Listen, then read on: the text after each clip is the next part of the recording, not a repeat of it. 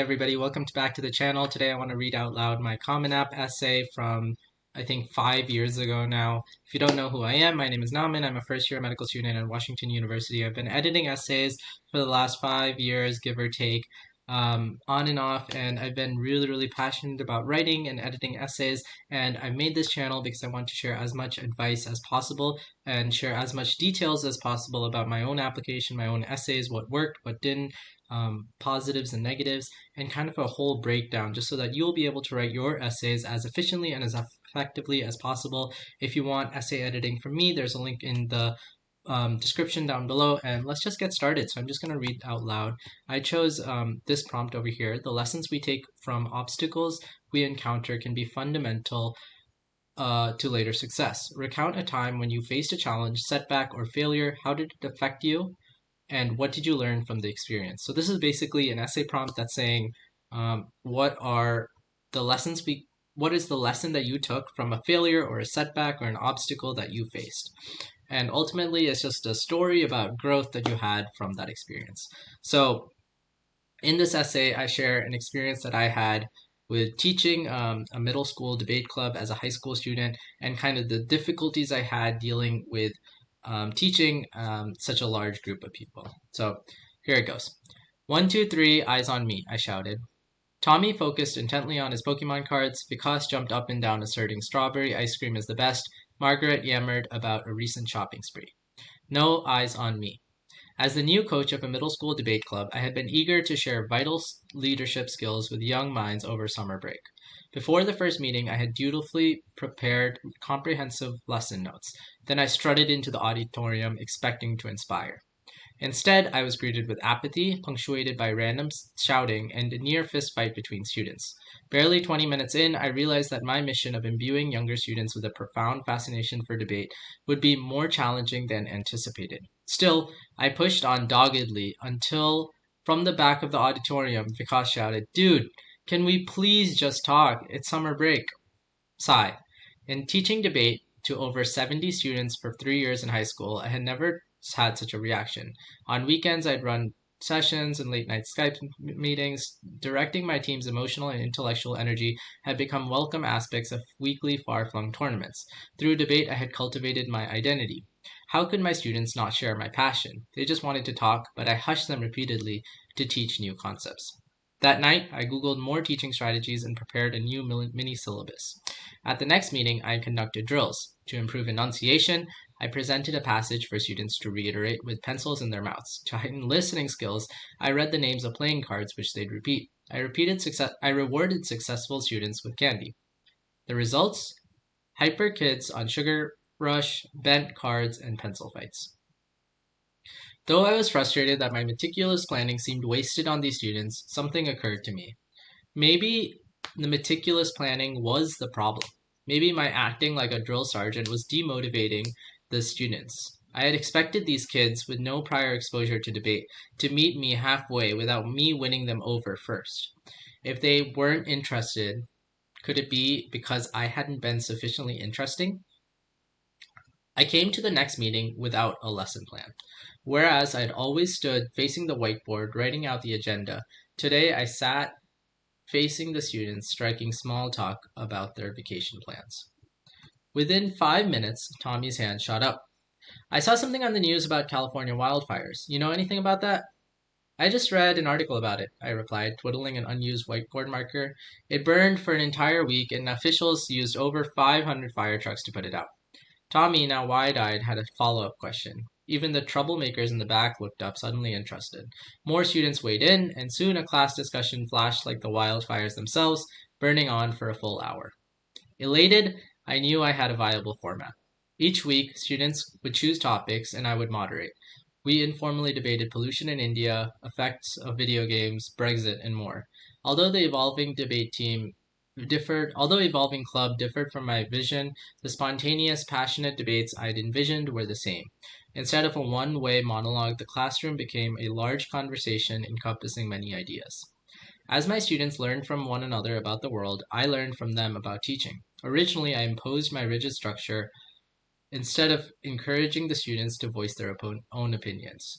But now I listened to the students' thoughts, which made me an engaging teacher and a better debater. The spontaneous discussions benefited the students tremendously too. Parents were ecstatic to report remarkable improvements in their children's public confidence and in-depth analysis. My failure in handling the classroom chaos engendered later success in instilling debate ideals in my students and myself. Ironically, in my zeal to teach debate my way, I relearned the most basic lesson of debate itself, to be open-minded. Okay, so that was my Common App essay. I'll tell you kind of what worked, what maybe looking back on it so many years later, what I could have improved on, and maybe how you can approach this sort of Common App essay if you're thinking about, writing your Common App essay this summer. So the first thing is I kind of had some trouble figuring out, well, what is something that I wanted to share in my Common App essay, and I was thinking that I wanted to share something about high school debate, just because I was really involved in debate competitions and things like that. So because I found it so broad, I started narrowing down and deciding that a more specific, detailed anecdote that I can share about is a single summer in which I spent teaching debate to middle schoolers as a high school junior over the summer. And so that became kind of the brainstorming process toward narrowing it down. And so I'm encouraging you is if you have some sort of attribute about yourself that you want to share, but it's too broad and it covers a lot of ground. An easier thing to do is really just to narrow it down and ask yourself more and more detailed questions. Like, what was an epiphany I had during this whole experience? What was my most memorable event? What was the most embarrassing event? When did I feel a lot of gratitude? And so kind of just ask yourself a lot of questions to kind of recollect information and continue to distill down until you have the single golden anecdote that you can write 650 words about. And the reason for that is because 650 words is not actually a lot when you get to it, and you want to have a really good story to share. And that really good story can only happen when you've asked yourself, okay, ask yourself question one, question two, question three, and continue to ask yourself until you have this golden nugget of a story that you want to share. And so for me, that whole brainstorming process resulted in the story I wanted to share about how I went from being a lousy teacher to a better teacher and how that impacted me as a debater in high school. So that was kind of the brainstorming process. Now, I just want to highlight some things that I think worked well and things that didn't work well based on this essay. So I think the initial point is good because it immediately puts you into story. And if you ever have trouble writing the first few paragraphs of Common App, just remember that you wanna dive right into the story. You want to put the reader into the action or the story, and usually that's a pretty good strategy to do because you're kind of you're kind of making sure that you're kind of telling the reader that their time is very valuable and you're going straight into the story, and it's a pretty good immediate hook. And so you can see that I'm shouting, and clearly these people are not listening to me, and I said eyes on me over here and no eyes are on me. So there's a little bit of humor here. You can see that it's pretty funny how this person is saying this, and this person is yammering about a shopping spree, and it's like you can tell that the tone is going to be pretty humorous throughout the essay. So moving down, and now is finally where I establish what is going on. And so in this sentence, in as few words as possible, I wanted to establish, okay, I'm a new coach, and I'm a coach for a middle school debate club, and my goal was to share leadership skills with young minds over summer break. So immediately I established that I'm a coach for a debate team, and that this is my goal. And I mentioned that I had prepared, but and I was expecting to inspire, but instead I was greeted with apathy. And so this is another good strategy. Is like you can have one twos where you have one paragraph that's establishing expectations, like your own expectations, and then the second is you show that like, oh, those expectations are not met. So it could be like this in this paragraph you expect something, in this paragraph the result that you're expecting doesn't happen.